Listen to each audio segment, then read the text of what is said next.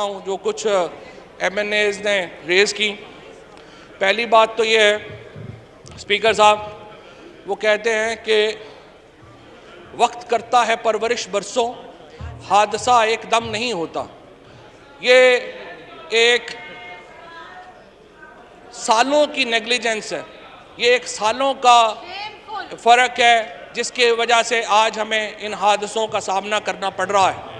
ہمیں یاد ہے کہ جب پاکستان نے یہ انہیرٹ کیا تھا ریلوے، اس وقت یہ ریلوے دنیا کی بہترین ریلوے سروسز میں شمار ہوتا تھا. پھر الحمدللہ ملک کے اوپر نواز شریف صاحب آ گئے اور حکومت آ گئی.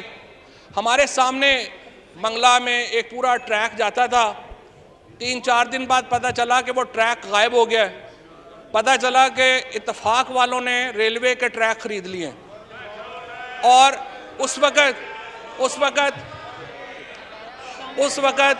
یہ پیپلز پارٹی اس وقت یہ ریفرنس جو ہے وہ سامنے آئے اور اس وقت رائٹلی سو یہ ٹریکس جو ہیں وہ چلائے گئے.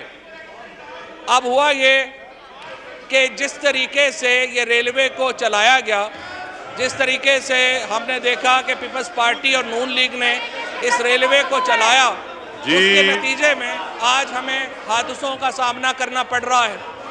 بڑی بدقسمتی کی بات ہے جناب اسپیکر کہ انہوں نے ایک ایسی حکمرانی کی بنیاد رکھی جس کی بنیاد کرپشن، سینہ زوری اور چوری کے اوپر تھی، جس کی وجہ سے آج ہم اتنے بڑے حادثوں کا سامنا کر رہے ہیں.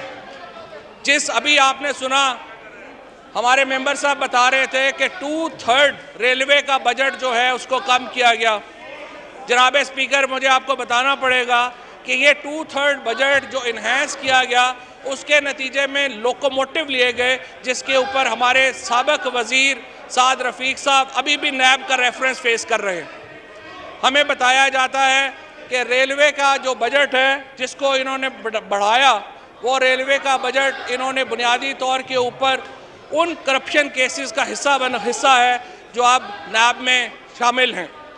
یہ وہ حادثے ہیں جن سے ہمیں گزرنا پڑ رہا ہے کیونکہ ہم پر ایک بدترین دور جو ہے وہ نافذ رہا.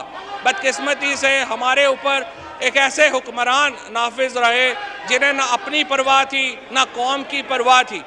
آج اگر لاہور میں 300 ارب روپیہ اورنج ٹرین لائن کے اوپر خرچ نہ کیا گیا ہوتا، وہ پیسہ پاکستان ریلوے کے ٹریک کے اوپر خرچ کیا گیا ہوتا تو آج ہمیں اس صورتحال کا سامنا نہ ہوتا. آج اگر انہوں نے اپنے دور حکومت میں ریلوے جیسے ادارے کو، پاکستان کے دیگر اداروں کو اپنی ذات کے ارد گرد نہ گھمایا ہوتا تو آج ہمیں اس چیز کا سامنا نہ کرنا پڑتا. بدقسمتی سے یہ جو لاسٹ ڈیکیڈ تھا جس میں یہ جماعتوں کے پالیسیز کے نتیجے میں جو لوگ ہم پر مسلط رہے، انہوں نے کسی ادارے کو بھی تو پنپنے نہیں دیا، چاہے پی ٹی بی ہو، چاہے سٹیل مل ہو، چاہے ریلوے ہو، چاہے پی آئی اے ہو. جب آپ ہاتھ لگاتے ہیں تو پتہ چلتا ہے کسی میں کسی کا حصہ ہے، کسی میں کسی کا حصہ ہے، کسی میں کسی کا حصہ ہے. اور یہی وہ تاریک دور ہے، یہی وہ تاریک راہیں ہیں جن سے گزرنے کی وجہ سے آج پاکستان اور پاکستان کے عوام ان حادثوں کا سامنا کر رہے ہیں. بڑی بدقسمتی کی بات یہ ہے جناب اسپیکر کہ ان کو اب بھی کوئی ریگریٹ نہیں ہے. جب کھڑے ہوتے ہیں تو ایسی معصوم شکل بنا کے اور ایسے معصوم چہرے بنا کے بات کرتے ہیں جیسے ان کا تو کوئی تعلق ہی نہیں.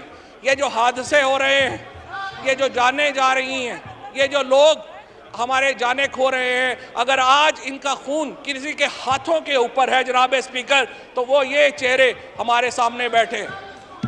آج یہ بدقسمتی ہے ہماری کہ یہ لوگ آج کھڑے ہو کر اس تفاخر سے یہ باتیں کرتے ہیں اور ہمیں یہ بتاتے ہیں کہ کس طریقے سے جنہوں نے تباہ کیا وہ ہمیں سبق دے رہے ہیں کہ کیا کرنا چاہیے. اور جناب اسپیکر، میں آپ سے یہ سمجھتا ہوں، اس ہاؤس کے سامنے یہ بات رکھنا چاہتا ہوں کہ یہ جو دور حکمرانی ہمارے اوپر مسلط رہا، اور یہ صرف ریلوے ہی کی بات نہیں ہے جناب اسپیکر، 2008 سے 2018 تک کی آپ بھرتیاں اٹھا کر کے دیکھیں. آپ دیکھیں کہ کس طرح سے اداروں کو نچوڑا گیا، کس طریقے سے آج الحمدللہ پاکستان تحریک انصاف نے 60 لوگ اداروں کے سربراہان مقرر کیے ہیں۔ ایک شخص کے اوپر بھی کوئی انگلی نہیں اٹھا سکتا کہ کوئی پولیٹیکل اپوائنٹمنٹ ہے۔ یہاں پر اپوائنٹمنٹ یہ اسحاق ڈار صاحب ہیں، یہ ان کے ابو ہیں، یہ ان کی امی ہیں، یہ چاچو ہیں، یہ ماموں ہیں، یہ اپوائنٹمنٹس ہوئی۔ اور اس کے بعد جو نہیں تھے، جو چاچے ماموں ابو نہیں تھے، وہ کیا تھے؟ وہ فلانے کا فرنٹ مین تھا، وہ فلانے کا فرنٹ مین تھا، وہ فلانے کا فرنٹ مین تھا۔ اس کے نتیجے میں جو اداروں کے اندر جس طریقے سے انہوں نے بھرتیاں کی، اداروں کو جس طریقے سے تباہ کیا، اس کے نتیجے میں آج ہم ایک کرائسس کا شکار ہیں۔ ہمارے ادارے بیٹھ گئے ہیں، چاہے وہ SCCP کا ادارہ ہو۔ آپ دیکھیے عمران خان نے آ کے کیا کیا، عمران خان کا وین کیا تھا؟ ہم اداروں کو اپنے پاؤں کے اوپر کھڑے کر رہے ہیں۔ ہمیں 3 سال لگے ہیں اداروں کو اپنے پاؤں کے اوپر کھڑا کرتے ہوئے۔ ہر اینٹ نہیں رکھی گئی ہے، ہر اینٹ کے اوپر اینٹ رکھ رہے ہیں تاکہ یہ ادارے بنے۔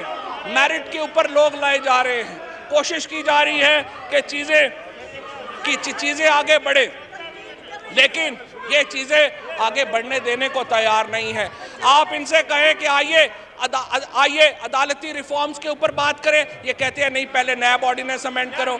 آپ ان سے کہیں آئیے الیکٹورل ریفارمز کے اوپر بات کریں، یہ کہتے ہیں پہلے نیب کے اوپر بات کرو۔ صرف 10 کیس جناب اسپیکر، اگر ان کا کسی قسم کا کوئی انٹرسٹ ہے، یہ کسی چیز کو کچھ چاہتے ہیں تو صرف 10 کیسز کے لیے، اس کے اوپر نہ ان کا کوئی انٹرسٹ ہے نہ ان کا کچھ ہے۔ اور آپ نے رویوں کا اندازہ لگائیے، کہ ہمارے سامنے آپ اندازہ لگائیے کہ جب سانحہ ہوتا ہے، جب ہم بات کرتے ہیں، اس کو سننے کو تیار نہیں ہے۔ اپوزیشن کا ہر طریقے سے یہ حق ہے کہ وہ ان حادثوں کے اوپر بات کرے، لیکن ان حادثوں کی وجوہات کے اوپر بات کرنا بھی ضروری ہے جناب اسپیکر۔ اور مجھے یہ لگتا ہے کہ جس طریقے سے ہم اس وقت چل رہے ہیں، جس طریقے سے ہم اس وقت آگے چل رہے ہیں، ہمارا راستہ یہ نہیں ہے جو ہونا چاہیے۔ ہم بات چیت کے ذریعے آگے بڑھنا چاہتے ہیں، لیکن ان کا صرف دلچسپی ان 10 کیسز سے ہے جو نواز شریف اور مریم نواز اور شہباز شریف اور زرداری صاحب اور عدیف ریال اور خورشید شاہ کے اوپر، اس کے آگے ان کی کوئی دلچسپی نہیں ہے۔ یہ بدقسمتی ہے اس ملک کی کہ یہاں پر ایوان کو استعمال کیا جا رہا ہے اپنے مقدمات کے اوپر پریشرائز کرنے کے لیے۔ اسی لیے اپوزیشن کا آج کوئی کردار نہیں ہے۔ آپ نے دیکھا کس طریقے سے یہ PDM میں اکٹھے ہوئے، آپ نے دیکھا کہ کس طریقے سے انہوں نے یہ کندھا استعمال کیا ایوان سے باہر بیٹھے ہوئے لیڈرشپ کا کہ یہ کسی طریقے سے عمران خان کی حکومت کو گرا لے۔ ہم نے اس وقت بھی کہا تھا آپ سب اکٹھے بھی ہو جائیں گے، عمران خان کی حکومت آپ نہیں گرا سکیں گے اور آپ نہیں گرا سکیں۔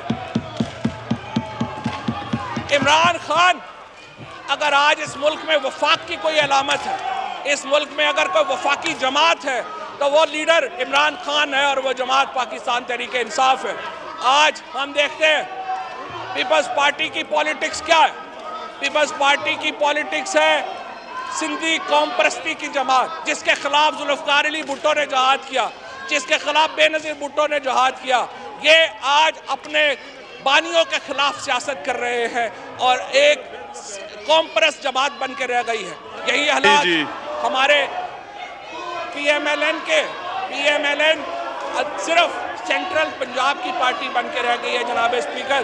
اس کے نتیجے میں ملک میں یہ جماعتیں اس لیے اپنے آپ کو اتنا شرنک کر گئی ہیں، یہ جماعتیں اس لیے اتنی چھوٹی ہو گئی ہیں، ان کا نظریہ نہیں ہے۔